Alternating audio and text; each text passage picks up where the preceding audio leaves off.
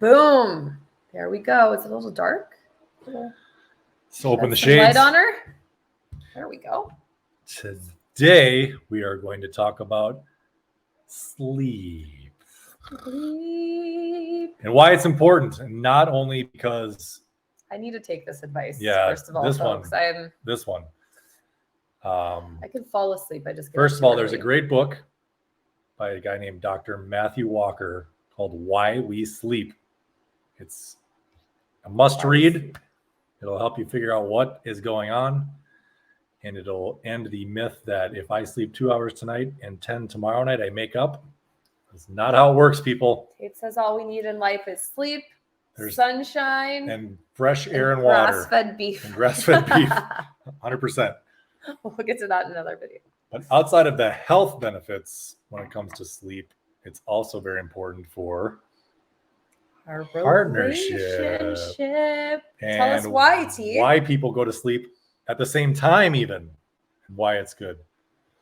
I think something like 60%, this is a crazy stat, like 60% of couples sleep together. That means there's 40% of couples not sleeping together, which... Let me interrupt you for a second. When we go to sleep together, we talked about this a lot on podcasts, like how different we are in our relationships now, where we used to be on the opposite side of the bed. We literally sleep with our heads and our noses like smashed together. Like sometimes I'm like, how are we even breathing? Like it should be suffocating. Like we sleep that close together, interwoven. Now that it's really hot out, we make it like that for about 5 minutes, and then we kind of contort ourselves, but still figure out how to still be touching while we're sleeping.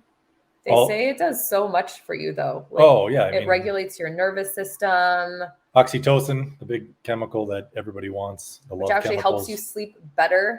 It actually, you're down regulating and your body's working properly. Sleeping together and going to bed at the same time can improve REM sleep cycle as well, which gives you better quality sleep. So there's also something about the intimacy, the touch. I don't remember who we were listening to. We were listening to some podcast of a couple, and they were saying that their thing is they have to have some part touching, even if it's like 2 pinky toes, like they make sure that they are touching, because there's something about the touch while you sleep. I think that's a Gottman thing, isn't it?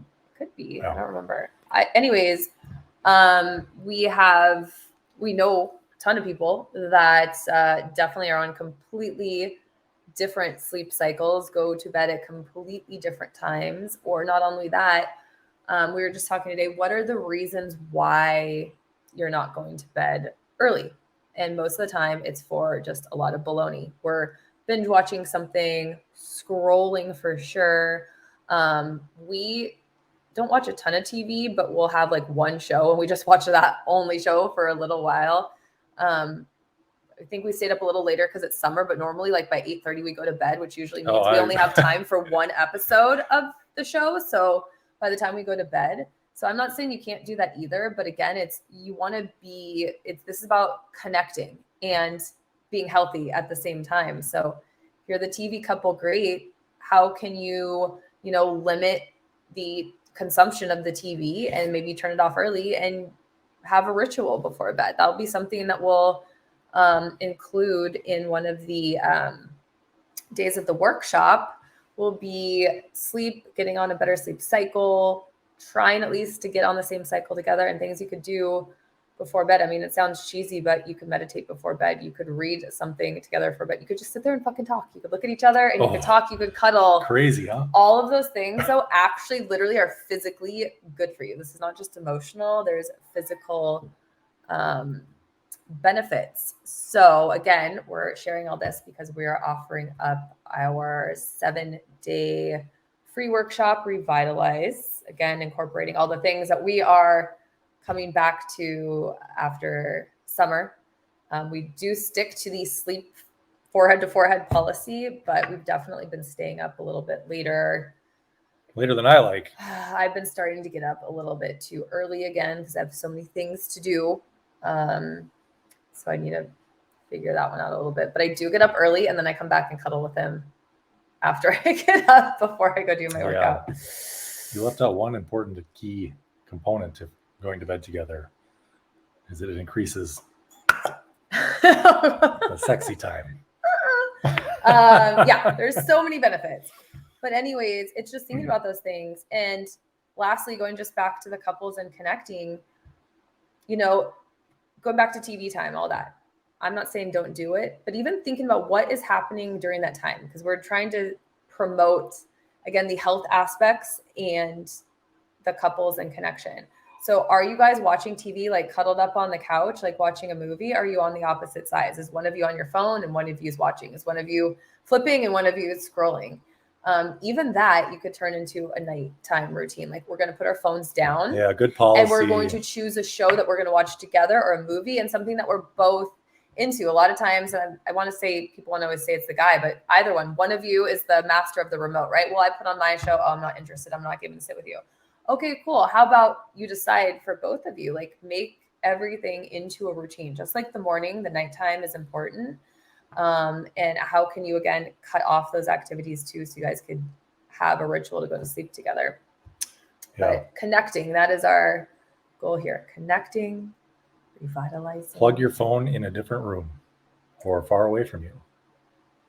I like to now just leave it away from me. Yeah. I can. I used to keep it on for Jax, but yeah. There we are. Anyways, okay. Get your sleep. Okay. You could check our notes here. We're going to give you the link to sign up. I realized if you've been following along that I kept saying it will start. Why is my name not on the? Oh, how'd that happen? Oh, it's because I was on my other call. Sorry. Interesting. Sorry. I'll fix it. I kept saying that we were going to start on Monday, September 4th, which we are. However, that's Labor Day. So what we're going to do. Bonus day? Like a year. Kind of. Let's be honest, us included. Nobody wants to jump into a thing on a holiday. Now, I know there's some coaches that would be like, screw a holiday. We don't have excuses. Doesn't matter what day. To me, I would like it to be what seems most approachable to everyone. And maybe starting a little revitalizing cleanse day on Labor Day probably doesn't sound enticing. So we're going to send it out Monday evening. You're going to read it. You're going to get prepped for the day, for the morning. You're going to wake up on Tuesday. So Monday is the day to just get your mindset right, be ready for the next day. And we're going to go Tuesday to the next week for 7 consecutive days. Again, takes a lot longer to build a habit, but if you could even get yourself started, just get your feet wet in 7 days in a row of doing one thing, doing the next 7 days is going to be a lot easier. Okay. Give me the look. We're done. Get some sleep. Bye-bye.